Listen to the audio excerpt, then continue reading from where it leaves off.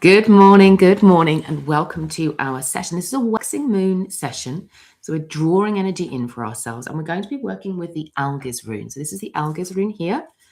Algiz, also sometimes referred to as Elaz, because the names that we have from the Elder Food Thought, which is the oldest food thought, they are reconstructed, their names by linguists. And so there's a little bit of debate as to whether it's called Algiz or Elaz. I often use Algiz when I'm talking like this, but I will use Elaz in sound as well.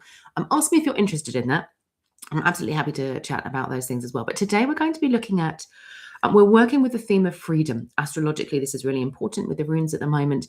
And Algiz is in that space of the sun is moving into Algiz. We've had the wonderful protective energy of this rune is available to us at this point. So we're going to be looking at that today. While people are dropping in, whether you are here with me live, in which case, welcome. It's lovely to see you, or whether you are joining me for the recording, say a little hello in the chat. Let me know, do you use Algiz, A-L-G-I-Z? Do you use Elaz, E-L-H-A-Z, I want to say? Or is this totally brand new to you and you've never worked with the rune at all before? Or are you somebody who's like, yeah, I just slip in and out easily between those two forms, Maggie? Is what I want to ask you now. Now, while people are arriving, while they are settling in, bearing in mind that we're going to be doing some little readings at the end for people who are here with me live as well. So if that's you, you will want to select your rune, the rune that you're working with at the moment, the rune that you're partnering with, and that is empowering you at the moment. And yeah, then we are going to be having a lovely time working with them. And what I wanted to say while people are dropping in is just a little bit. I just popped over to Instagram a moment ago, and I was talking about my early bird package called the Nightingale package, which is available at the moment. It is for people who want to step really powerfully into relationship with the runes, to work with them as healing partners, as partners with magic and transformation, working with them for readings, obviously, working with them on the mystic path of being able to start to work with them and travel through them as doorways and gateways. All of these things are available through Awaken It. It's a year-long program, so it is an investment of time in yourself and in the runes. And for me, the successful outcome is that you feel like, yes, I have my own living practice with the runes. I'm not replicating or copying somebody else's. I've taken from this program what I want in order to every day work with the runes as my guides and my spirit partners.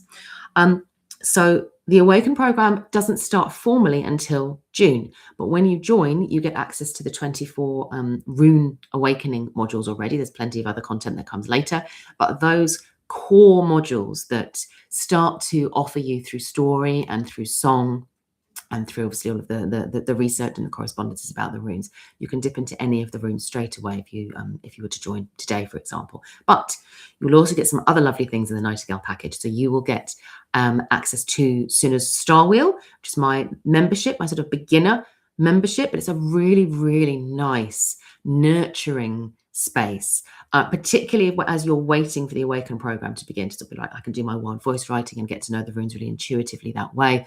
I can listen to the monthly stories and really immerse myself in the Northern tradition that way, and just to have a little bit more holding.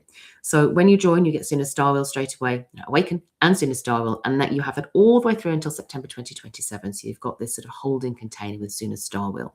But there is one final thing, which is the Nightingale specifically. So if you are a Nightingale, you can also join one of my Reclaim retreats, because I found that when people started on Awaken, and I would ask them, I would say, which is your most expressed self? Your seer, your magician, your healer, your sage, your mystic, which is the one that calls to you? And people would go, oh, I'd never thought about it before. And then the conversations that we would have about, I'm a bit scared of this part of myself, or I don't think I use this as fully, or I don't really understand how all of these things operate, flowed really fast and really free. So I thought, actually, work needs to be done around those as well. So I developed 5 online 2-day retreats to look at each of those 5 parts of the magical self. So they are there. And if you join Awaken right now, you get to choose to come on one of those. So you might say, oh, I'm really interested in, I want to explore my seer self. I want to explore my sage self. So the sage is the one that's coming up at the moment. Really important part of our magical self when we are trapped in this tension of needing to justify ourselves through our intellectual intelligence and our logical minds alone. It can be really, really challenging for us when we do not trust our intuitive selves or our imaginative selves or our attuned selves, or we don't have the language that we need to be able to express that in the world. And so the sages, they center over expressivity. So if we're always self-censoring, we're wounding our sage self. So it's very much a reclamation of that sage and saying, no, how do I want to stand in the world? And to role model someone who is able to access all of the different forms of intelligence and to express them then through the sage self. So that's the Nightingale offer with the early bird for Awaken. It is available until the 1st of February. It's a little bit longer. It's been there over, it was there over Yule, but I wasn't talking about it because we were doing winter nights and it just didn't feel like the right time. So it's there for you until the 1st of February. You can still join afterwards, obviously, but if you're thinking, yes, Awaken is for me, do it now, and get all of those lovely treats. So let's talk about Algiz then. So here's our Algiz rune. And hello, I can see people, but people are not at the moment saying hello in the comments. So do say hello in the comments. Just give me a little bit of a wave. And remember that we're going to be doing some readings for those of you who are with me at the end. You can share the rune that you're working with and we'll do some little mini readings at the end of this session. So let me talk to you a little bit about Algiz. So have you ever had one of those occasions where you've had a great idea? You've had something you're like, oh yes, I really want to, I want to write a book, or I'm going to start a new career, or I'm going to redecorate my lounge turquoise, or, whatever it is. And you're really excited about it. And you're like, I'm so excited that I'm going to be doing this project or this thing. And the first thing that you do is you ring up like a really close friend or your mum or something. Oh, I'm going to do this thing and it's going to be amazing. And they're like, are you sure about that? How long have you been thinking about this? And have you done any research about it? And, I've got a friend who does something similar to that. So I can put you in touch with them or maybe, and you're like, oh, and it feels like a sort of little bit of a punch in the gut, doesn't it, at that point when you're so excited and then someone who you trusted with your brand new idea comes and they sort of shoot you down. And the thing is that they're not doing that to upset you. They're not doing that to try and make you feel small or make you feel inadequate or make you feel like, oh, I can't do these things. That's what often happens. Our confidence is crushed. But they're doing it for a very specific reason, which I'm going to talk about in a moment. And there is a reason why we feel that impact so strongly. Now, and that's really what the theme of today is. It's recognizing that some support, if you think about Algiz as being the rune of guidance, of the divine, of the higher self, of the Valkyrie with her great wings open wide, leading us towards our best possible self. So there is this element of protection, but we can get support that keeps us small and safe. And that is what those people are doing. They are worried about you. They're worried that you're not going to be safe. And so they say, oh no, I don't think that's a good idea. Algiz doesn't do that. Algiz provides protection that is strong enough and powerful enough that it lets us grow. It lets us become the next evolution of ourselves. And that's what the Algiz rune is for, and that's why it's so important. So I wanted to introduce you to the concept of the hide in Northern tradition soul law. Some people think about this a little bit like the astral body, so maybe like the aura. It's the part of us that extends beyond the physical body. I often describe it to people as I can feel where my hide begins, because when someone steps into my personal space, I feel the moment where they step into my personal space. So lucky to be able to go and be in an in-person retreat. And I led a session and we did experimenting with people stepping in and out of our energy bodies. And some people could sense it, immediately with like, oh yes, some people couldn't. And that's absolutely fine. We all have different modes of reading the energy around us. But I find that really helpful. So the hide is an astral body which is shaped over time, but it's not shaped. This is where the nuance comes in. In the Northern tradition, the hide is not just shaped by, I'm born and it's like, boom, I'm there, and it's all lovely colors and all of those things. It is shaped over time by ourselves, but very importantly by the people around us, and particularly by our families and our friends and the people who've known us very early on. It's impressed upon us in many ways by family expectations, by relational roles that we might take in. And it forms our identity as a very, very strong relationship with the core, which is separate. that part of you that is born into the world and traveled from previous lifetimes. We believe in that. In Northern tradition, believes in multiple lifetimes. It is an energetic aspect of the self, but it's permeable. All the different parts of the soul are permeable. And what can happen is that over time, this part of us where people say, "Oh, I know who Maggie is. I know who she is. I understand her and I get her." But it can become constraining because this protective energy of my hide, which people step into, or they're in my space now, can become quite rigid, and we might need to shed some of that. And what I want to be really clear about is that this isn't to blame. This isn't to say, "Oh, there are people out there and they're telling you who you are," and all of those things. We actually can't exist. We are societal beings. And there is a power exchange happening all of the time. And when we start to work very actively with our hide, we recognize that we can take a lot more control of the energy of the hide. And we also recognize that the people who love us and know us the most will be the people who resist us changing the most, because they love the old version of you and they haven't met the new version of you yet. And I guarantee you that they're going to love that version just as much. Obviously, sometimes we know that we shed skins and we shed friends, and that happens. But that doesn't mean that that's not important. And we can take that on for ourselves. And working with the Algiz rune can provide a great platform for doing that, to support us in essentially sort of shedding without breaking, without sort of rupturing our sense of self and our sense of identity. So I want you to feel into, at this point with the Algiz rune, another figure that you may well be familiar with within Northern tradition mythology, which is the figure of the Valkyrie. So the Valkyrie is one of the feminine spirits that says to support us. We have the Disir, we have the Nornir, we have a whole plethora of supporting spirits who are there for us.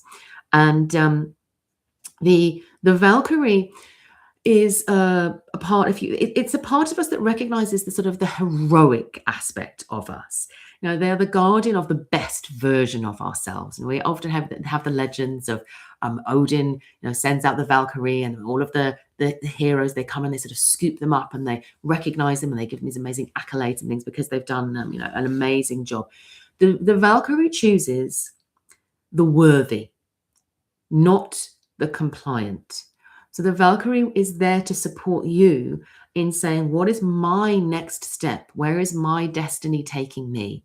And to work with that sort of, almost like there is the protective energy, but it's the protective energy of the shield maiden who says, I'm putting the shield down, supporting you in recreating, recrafting, working with your hide. Her protection isn't comfort. There is a place for that, certainly with the Disir. The Disir offer beautiful comfort and support. The Valkyrie, no. They offer alignment back in course with destiny, your personal destiny, the way in which your personal destiny intersects with the broader threads of the web of weird, and draws us into that. Says, this is what you need, this is what your soul needs, and this is what the world needs. And that intersection point, that's why you came. That's why you came. And we could go into a philosophical, maybe another time, a philosophical conversation about whether there's just one thing that you came for, or whether you can go, done that now, what's next? Can be sort of a fun thing to do. So we have the Valkyrie very much supporting us and very much resonating with this Algiz rune energy. Now, I mentioned at the beginning this sense of when a new idea pops out into our psyches, it's quite tender. It's asking us to be gentle with it. And in many ways, for us to be the Valkyrie at that point and to offer that protective energy to us. But what tends to happen is that in society and in our social fabric, we reach for reassurance, we reach for validation. We've gone, I'm so excited about this idea and I want someone to support me in this. So we go and we offer it.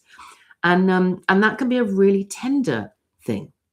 And those little seeds of possibility are tender and fragile, those seeds of your destiny calling. What we ask for is approval, when what we actually are looking for is protection for that seed. So in a very practical sense, when you're working through this energy of Algiz and you're feeling into, what do I want to bring in as the wheel is turning and the new year is birthing? What do I want to draw in to my life? What seeds am I planting right now?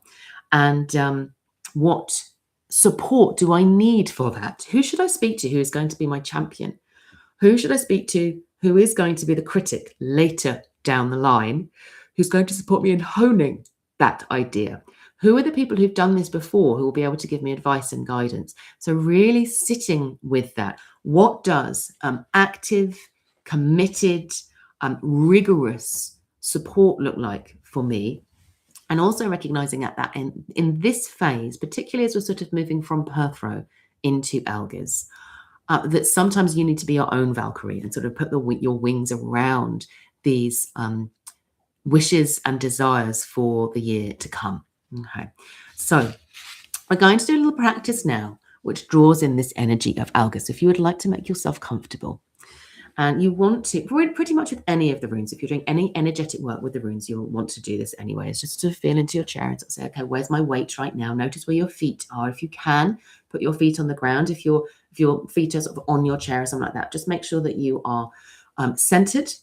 And notice where your consciousness is, where your sense of self is right now. So it might be that it is often what happens is it rises up out of the head. No, I should say out of the head. It rises up out of the body into the headspace because we are prioritizing the intellectual self. Now, so we bring that back down and claim your head and your heart and your belly and your legs and your calves and your feet, really bringing that down. Might need a little bit of a sigh, just give your shoulders a bit of a wiggle there. And you might also feel that it's a little bit forward because we're often projecting ourselves into the future. So I've had an idea, how's it going to land? Rather than what do I need to do with this idea now? So right now it might be that you say, okay, the things that I am wishing for, right now I need to protect them. So I might write them in my journal. No, I might revisit them. I might explore them myself for a period of time. So I'm offering them that protective energy. So what I'd like you to do is just take a couple of deep breaths, breathing in and breathing out. And breathing in and breathing out. And what we're going to do is call in at this point, not goals, not, I want to do this and I want to do that, but rather qualities. It might be a sense of, this is how I want to feel this year. There might be a little bit of excitement in your tummy. There might be a sense of your breath coming more easily and more full. This is how I want to feel in the coming year. There might be possibilities, things that you sort of think, well, these are ingredients, be playful with this. These are ingredients that I'm feeling into. I want to go on, delicious walks outdoors. I want to have fabulous connection with people who are unafraid to share their vulnerability and to have magnificent ideas that they're not yet sure how they're going to germinate or bring into the world. And I want to be a champion for those people. You might feel into those things and just feel, oh, how delicious does that feel? Just allow yourself to be there. And sensing the vulnerability of those seeds at this point, because we haven't yet taken the steps to manifest those things in our lives. But that doesn't mean a seed is a powerful force. It's the only thing that's ever created, a tree. It's the only thing that is supporting life and, our food chain. So yes, they're vulnerable, but they are also the sources of our great power. And so what you're going to do is, I'm going to trace the rune Algiz on the forehead. You're just going to bring the vertical line and then the two little lines. Now you can do that. I really like to do this with essential oil. I have an essential oil. You can charge it with the Algiz rune. You can bring in essential oils that aromas that are congruent with Algiz, and you can create your own little Algiz charging essential oil. It's a lovely thing to do. But today we're just going to charge the rune. We're going to trace the rune, I should say. Now, if we were working with this sort of in the old Iceland, we might sort of put a bit of spit on the finger, do something like that, because the bodily fluids are thought to be sacred as well. You can do that if you want to. And it's that sense of the sacredness of the communion between the body and the mind and the calling in of the Algiz rune. And then you're going to simply breathe in, feeling those seeds. And for a moment, I'd like you to connect with the earth around you and feel how vast the earth is beneath your feet, really stretching out on either side. And then feel in the air above. And I'd like you to imagine a shimmering rainbow, and it's forming a great arc right across you. And it's providing that protection. And this is very in keeping with the energy of the hide. It is an effervescent energy, but so powerful. You can't see a rainbow without going, oh, You know, when a child sees a rainbow, everyone has to stop. It's very powerful energy. So feel that energy of the rainbow above us. And we're going to just speak the name of the Algiz rune. We're not going to chant it today. Algiz, Algiz, Algiz. And sometimes you can get quite a lot of tension in the head when you're holding ideas, when someone's asked you to think about ideas for what you want in the future. So we're just going to allow that almost to sort of trickle down as if there's a stream, a gentle stream. It's trickling down from your forehead, down the back of the skull, down your neck, into your shoulders, down the spine, all the way down into the pelvic bowl, down through your legs and into the feet. Algiz, Algiz, Algiz. As if all of those wishes and those dreams are joining the flow of weird itself. So you're not having to hold them all in yourself. You're not having to say, I'm going to do all of these things. I'm going to make all of this work. Through my hard work and my efforts and my resilience alone. You're allowing that energy to really flow down through your body and to join the flow of weird. Join that flow of weird and go out into the world. And you might say some words. You might say, I ask for protection that serves what I'm becoming. I'm releasing that need to be validated, to be understood, for the people who know who I am today to give me permission to become who I am going to be tomorrow. You do not need their permission. And then I welcome the guidance. I welcome the guidance of those who wish to support me in my next iteration, in my next possibility. I welcome that and I invite that in and give that to the Algiz rune. Let that come through. And then when you're ready, sort of taking a couple of more deep breaths. Just in and out, and feeling that connection to the earth, giving your shoulders a bit of a wriggle because we don't want to get stuck in the energy of any one rune. We've done our work with them now. So we're not going to get stuck in that energy. Now, I cannot see any runes shared for the day, which is absolutely fine. If you've got your rune and you're ready for the day, but if you are here and you haven't yet, if you're like, I need to wait for Maggie's permission, this is now the moment to share what rune is traveling with you at the moment. And what we will do then is we will combine the energy of the Algiz rune with your rune. So say, okay, how do these two runes speak to each other? So I'm going to draw one for us collectively at this point. Is that the one? Just going to check. When sometimes you just see a rune and you go, that might be the one. But I want to make sure that Algiz has its chance and its opportunity to offer what it wanted to. Interesting. So I've got the Kinaz rune here, Kinaz rune. And actually, the first rune that I saw was Ansu, so I'm going to do that. North is, thank you very much. We've got another one coming, so we'll do North is in a moment. Color 53, thank you. So for me, when I got the Algiz rune and then I got the Ansu's rune and the Kinaz rune, for me that was a reinforcement because I saw the Ansu's rune first and I was like, my instinct is the Ansu's rune, which is the rune of expression, of self-expression, of writing, of speaking, of breathing, of the energy of the divine coming into our lives. So it's almost a confirmation. It's sort of saying, yes, if you invoke that Algiz rune and then you get the Ansu's rune.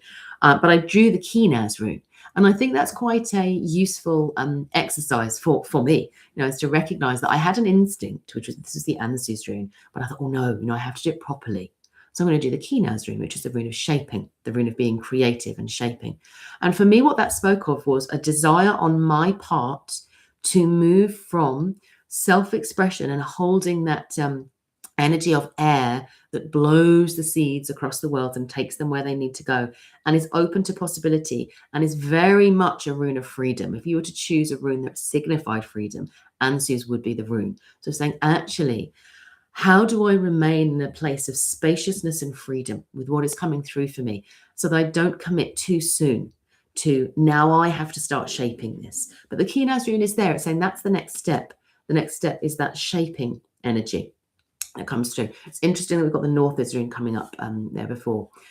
So with our fire runes, we've got a Kinaz fire rune, which is this creative urge to immediately step into what can I do in order to bring these things into the future. It's actually to say, be in the space of the whisper, be in the space of the wish, be in the space of possibility, and then let that energy build, that fire energy build. And this is where I think the Northeast rune comes in. So with our Northeast runes, let me just see if I can find the Northeast rune, which is a vertical line with a little line that runs through it. And it's very much a fire rune. Here we go. So here's our Northeast rune. You can see very much a fire rune. And it is the rune of need and necessity. So we often think about it as being the need fire. It's not just, though, the fire once it's been lit. It's not just this sort of fire on the hill burning brightly and inviting in and saying, oh, I want these things, bring them to me, universe. Now, is what Northeast can sometimes feel like. Or, oh, I want these things because they're very absent in my life. I can feel the hollowness inside me. And that doesn't feel good. You know? It's actually saying that there is a first step with Northeast. And that first step is the kindling of the flame. It's the effort that we put in. It's the energy that we put in. And what I would say for this Northeast rune, given that we've been talking about freedom, we've been talking about support, is to say the first steps, once you've done that Ansus, you know, this is what I'm calling in.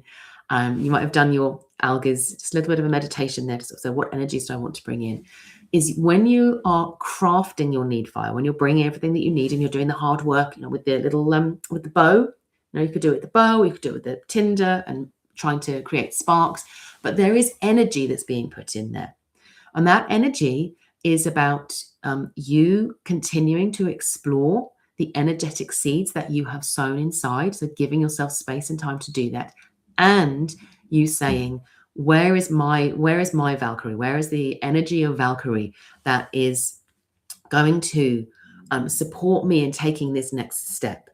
Now, and it may be somebody that you don't know very well, because they don't have any investment in holding your hidebound, literally holding you hidebound to, you know, what you were before.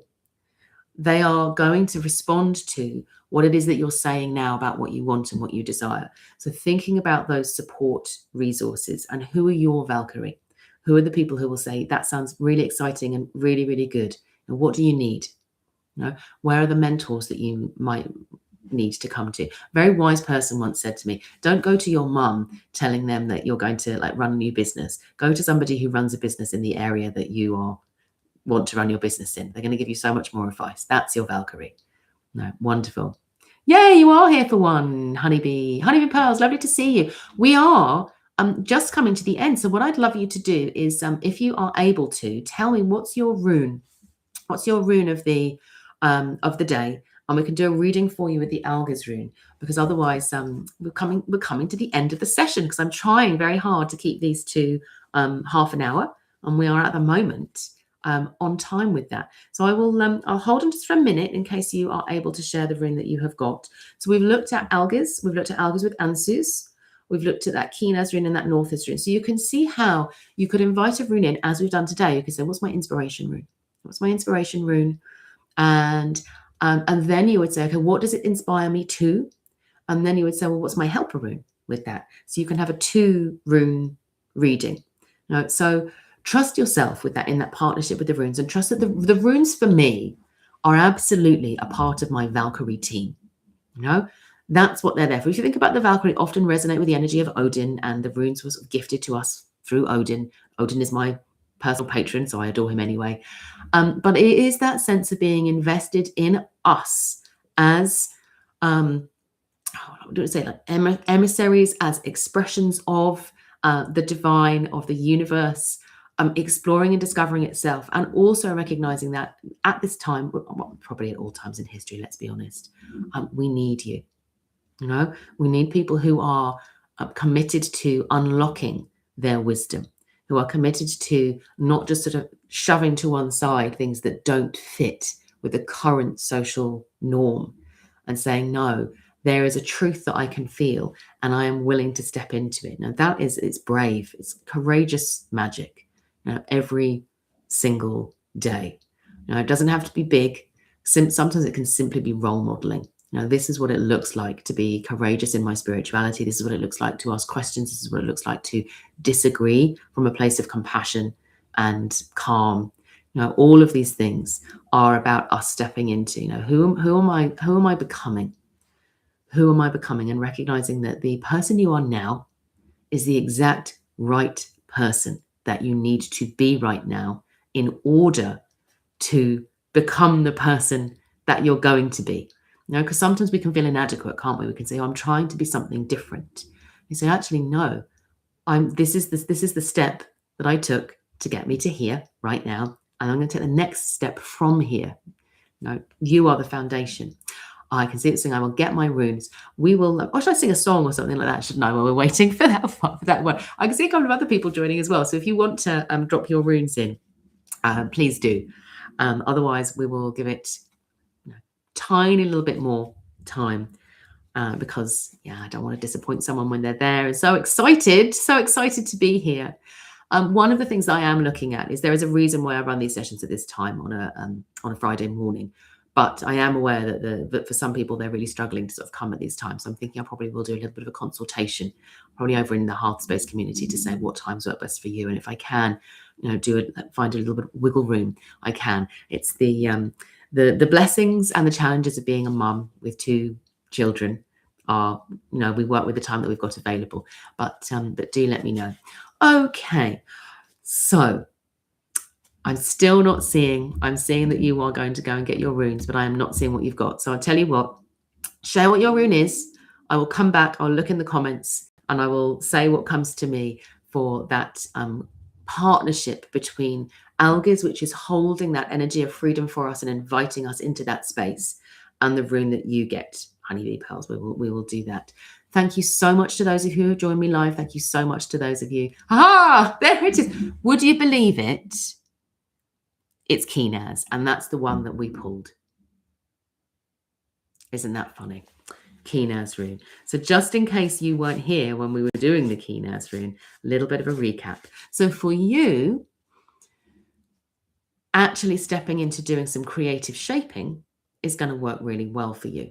So if you have some dreams, possibilities, things that, I know that you came a little bit late. So go, if you need to, go back and do the exercise that we did, connecting in with the Algiz rune, with that energy of freedom, with the energy of what is it that you want to invite in? What is it that you want to gift to yourself through the course of the birthing years? We did that piece. And then for you, I would suggest any form of creative activity that brings that to life for you. So it could be a vision board, it could be working with clay, it could be painting, any form of shaping with the hands is going to be really, really powerful for you. And it's going to be an act of magic. So it will be an act of creative magic. Where you say, okay, this is what I want, whatever it is that you desire, get your creative hat on. And don't get concerned that it needs to be perfect or beautiful, because this is for you. You don't need to share it with anybody else. You might be the best creatrix in the entire universe and be like, yes, I've got this. Look at that. It's all wonderful. You might be somebody who's a bit like, I'm not sure, and I don't have a creative bone in your body. But it's shaping with the hands. Is all that you need to do to invoke that energy of Kinaz, a really powerful rune for magics.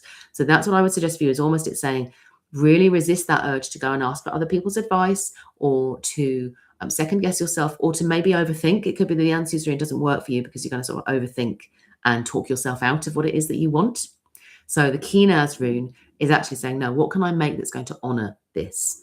And it will be more powerful for you there, Honeybee Pearl. So I'm glad that we got to do that for you in the end. And wasn't it interesting that you can see how, depending on the person and when the runes come in, they will sometimes work really well with you for Kinaz. And sometimes they will say, no, actually, this isn't the right one for you. You need to do Algiz first and then Kinaz. Oh, how lovely. Shaping with the hands. Yesterday, I asked this girl I just met if she wanted to make a rune project together, and her birth rune is Algiz. So creative projects together. And if that isn't inviting in glorious, beautiful, connected energy for the course of the year, I don't know what is. So thank you so much for sharing that. And I'm glad that we got that piece at the end. Lots of love to you all. Remember what I said at the beginning about the Awaken program. If you already know, I want to do the Awaken program with Maggie this year, now is a great time to do it. You can start your installment plan, get that going. If finances are a bit, it's great. Then you can begin doing a Star Wars straight away, and you can come on one of the Reclaim retreats, and all of those two beautiful things are included with the Awaken program, no extra cost. So it's a fantastic opportunity. Available until the 1st of February. So I will see you very soon. Lots of love to you all.